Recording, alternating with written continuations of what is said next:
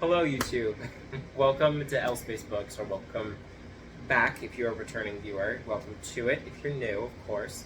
My name is Tristan, and today it's the 2nd of September on the day of filming this, which means it is the time of the month to overdo it with the books that I plan to read today. Overpromise, underdeliver, that's the name of the game in the book world, so that is what we're going to do today. I also need to turn off my AC because it's very noisy, despite the fact that it is quite warm here. Give me one sec. Okay.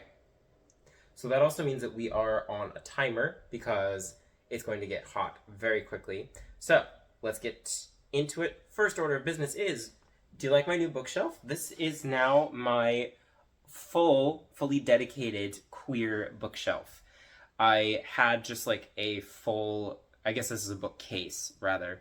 I had one shelf on one of my other larger bookcases out in my living room that filled up very quickly, as it does. And so now I have a full bookshelf dedicated to all of my queer literature books, and I'm very excited to have this because it's also nice. I'm giving pride of place to one of my favorites, and then I have, obviously it's maybe difficult to see here. Let's tip you down so you can see the whole thing. Giving pride of place to two of my favorites, and then obviously showing off the other ones that I have that I really like. And so I'm excited about those. And also just looks nice. That's the other thing that's lovely. I don't really set up my bookshelves that much. I don't color coordinate. I really just kind of organize them by author, more or less. And hold on, I'm gonna readjust this. Okay. So this is the one that I've done some work with making it aesthetically pleasing. Okay, so here we are with the books that I'd like to read in September. This is my birthday month. I always really like September. Generally, at least back where I'm from, Seattle, and just like the West Coast in general, September is a lovely time of year. It is when things start to cool off, but they don't get cold. Here in Boston, it's a little different. There's kind of a more distinct season change here. It's like as soon as the first day of autumn hits, that's when it starts getting cold. Not the biggest fan of that, but that's a subject for a different discussion. So let's get into the books that I'm going to read.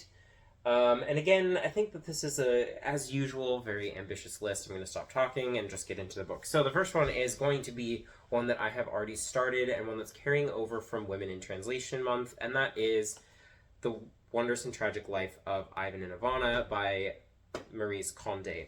Now, I'm about, I would say, like 80 pages away from finishing it. I am loving it. And all I will say, because I've already talked about this one, all I will say is that if you like Toni Morrison's writing, I think you should definitely give Maryse Conde a try. Everything that you like about Toni Morrison's writing and her literature, you will find in Maryse Conde's work. I can definitely recommend her. This one, you cannot read this one too literally, because otherwise you're going to get tripped up on some of the things that happen in here that are a little taboo, I'll say. But when you realize that they are very much allegorical and they are referencing larger themes, it's, again, like Toni Morrison very much. Anyway, so that's what I will say. I'm loving this book. And yeah, it's just so good. Anyway, so yeah, that is Maryse Conde. Love her. It was sad to find out that she has recently passed away. I thought that she was still alive and still writing, but she, I guess, passed away in April of this year, which, all good things must come to an end, and we're lucky that we got so many books from her while she was here. And just like, yeah, she's a phenomenal person, writer, etc. So yes, and most of her works are translated from French by her husband, which I think is really cool. And he said that his work of translation and translating her work specifically is a lot like a conversation with her and her memories of not only them but their relationship and all of the like intellectual life that they have shared together. And I think that is just a beautiful, beautiful thing. So, yes. And also, what a great person to translate your work. If you're not going to be the one to translate it yourself, having your significant other do it, I think is just, it's so cool. Anyway, the next book that I am going to hopefully finish. So actually, I should say that several of these books are ones that I've started, but have not finished for various reasons. So one of them is going to be L'Arrière-Saison by Philippe Besson. Now, if you will probably recognize him from the book Lie With Me, he's the author of that one, otherwise known as Arrête avec tes mensonges. This is one I think I've talked about in another video. It's basically, the title translates to late autumn, and I think that this is just like a good time to read it.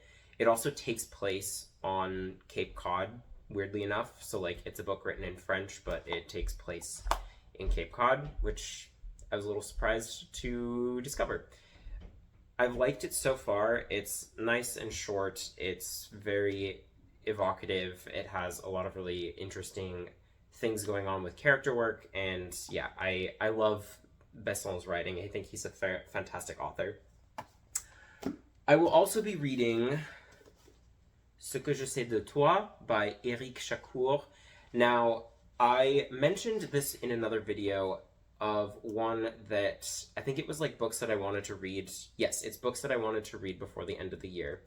And I said that there wasn't a translation of this out. And by some like weird hiccup in the universe, Eric actually reached out to me and was like, actually, yes, there is a translation coming up. And so he posted on his Instagram my video, which was crazy. But yeah, he reached out to me and said that there is in fact going to be a translation of this coming very soon, both to, I believe, Canada and the United States. And I will put just here somewhere what the actual date is going to be for the release date. The cover looks really good, the one that I saw, and it's just going to be the direct translation of the title, which is What I Know About You.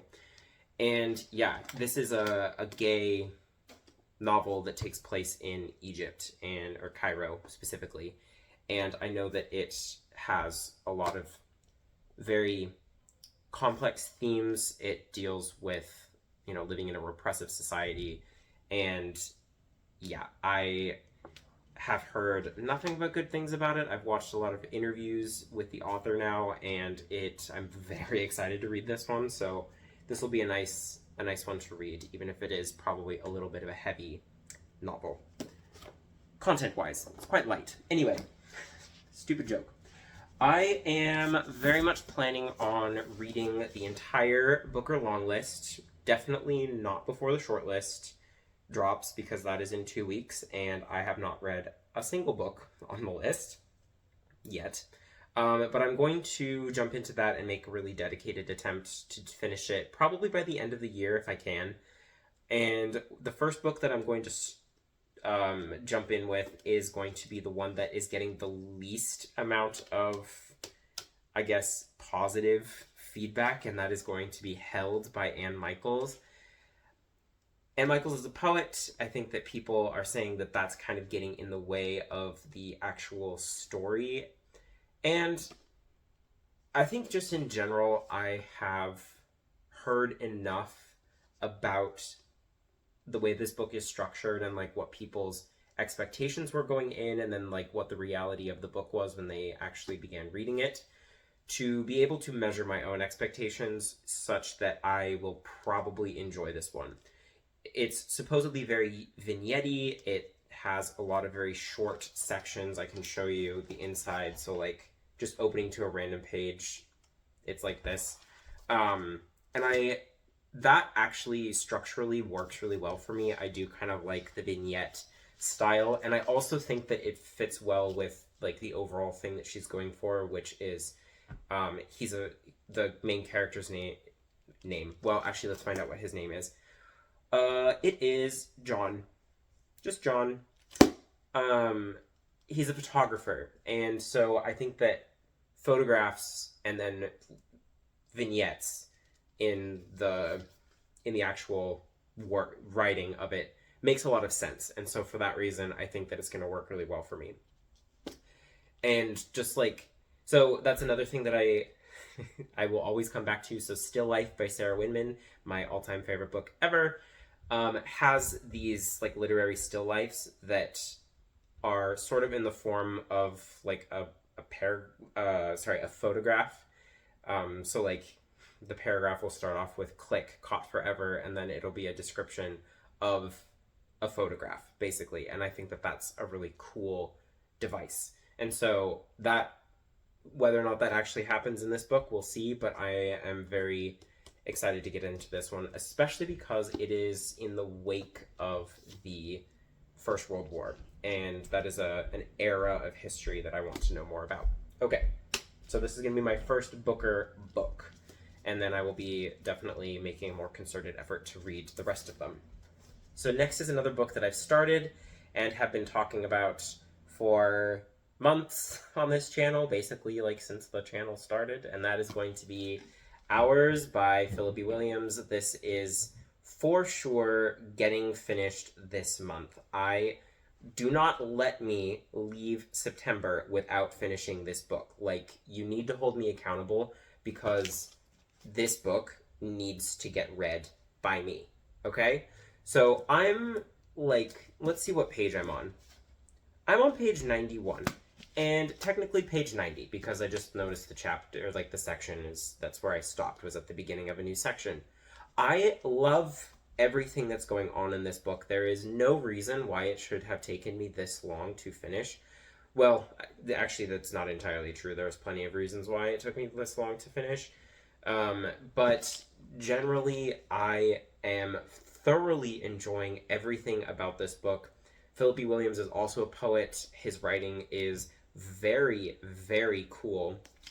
I really like his turn of phrase, the way that he describes things, his use of metaphor and simile, and just like the descriptions again are phenomenal. And yeah, this is just such a cool book thematically too, and I think that he does a really good job of tackling just like what it means to be free and what is the cost of freedom, what drives people to attain it, and what are the barriers to it. And yeah, I love it. I really love this book, and I'm like so not far into it at all, and there's so much left, and I need to finish it. So again, like seriously guys, you cannot let me finish September without reading this book. Like in the comment section on every single one of my videos, I don't care what the video is about. You just need to be like, "Hey, Tristan, have you finished Hours yet?" And yeah, like please hold me accountable because it's taken too long for me to actually finish this one. So anyway, that's that on that. I will be getting to this one. If no other book gets read this month, it's going to be that one. Next is another book that I've also been talking about for a long time, and have high hopes. Hope for the best, expect the worst. Is that what it is? Yeah, hope for the best, expect the worst. I have high hopes that I can hopefully get to this one, and that is, of course, The Parisian by Isabella Hamad. It should surprise no one that this is on my list for this month, because I loved Enter Ghost. It's one of my top 10 books of this year, and probably like in my top 10 favorite books ever. To be honest, so I've had a couple people just like in my immediate circle in real life and then also on YouTube asking for like a video of my like top 10 favorite books of all time, and I'm kind of holding off on that video until I read this book because this has everything. This is like catnip to me. So I'm a student of French literature. My master's is in French. I did finish, by the way, but I will talk more about that another time. I did graduate officially, because I turned in my thesis. I got it done. Anyway, so this takes place in Paris, and it is all about a Palestinian man, kind of his trials and tribulations living in Paris, and then all the way up to the Palestinian fight for independence in does it give you a date? No, but again, it's World War One, so also a time period that I'm very much wanting to know more about. And Isabella Hamad is a writer whose prose very much speaks to me. So there's no reason why I should have put this off so much. I think it's a little bit of the length, but again, so yeah, I'm for sure holding off on making that like favorite books of all time until I read this one, because I have a feeling that this is going to be on that list, but we'll see. We will see. But yeah, that's that on that. So next is the book that I'm reading with my book club in real life, and it is another one of the books that is on my books that I want to read by the end of the year, and that is God of the Woods by Liz Moore. Literary thriller, sounds very spooky, very curious to know who the God of the Woods is. You know, people at summer camp start going missing, and from what I've heard, you just become very anxious to know whether or not people are okay. And again, just this is top 10, one of the best covers ever. I absolutely love this. I just I could stare at this all day and not get enough of it. It's going to be displayed somewhere because I think that this is one of the best covers ever. So yeah, and just so spooky. I will say I am a little worried because this is, you will see, from Riverhead Books, an imprint of Penguin, right? Probably. Yep, imprint of Penguin. Riverhead Books is kind of the dumping ground for the Iowa Writers Workshop and NYU MFA students. And I generally don't get along with their books. I tend to be a little bit allergic to them.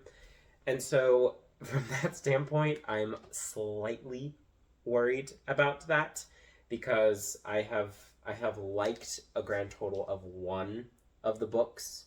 Okay, I guess two. But yeah, Riverhead and I just don't get along. And that's the only thing that is sort of making me a little bit apprehensive about this, but I think I will still like it nonetheless. Okay. And last, but certainly not least, is a book that I don't have physically in front of me, but it is one that is going to be for Eric Cervini's very gay book club from Alstora, and that is going to be Martyr by Kaveh Akbar. And I probably mispronounced his name. I don't have it in front of me, so I'm going in a little bit blind here. But yeah, I know that is kind of the gay book of the year for a lot of people, and it's become some people's favorite book ever. So I have high hopes that I'm going to like that one. I really have enjoyed Eric Cervini's book club. I think that he's doing some pretty good work as far as promoting gay literature and things like that. One of the ones that he did is a book that you will not see displayed here, but it is here because I hated it so much, and wouldn't you know it, it's from Riverhead Books. Anyway, yeah, really hated that book. Really hated that book. Oh my god. But the other two books that I've read from the book club I have enjoyed, so 2 out of 3 is not bad, and here's hoping that it's going to be 3 out of 4 that are going to be good. But anyway, I actually know nothing about Martyr, and I'm going to probably keep it that way. I just want to go in fairly blind. I know that it's gotten a lot of praise. I have read the synopsis before. I think I've read the synopsis maybe twice when the book was first released. Fortunately, I don't remember any of it.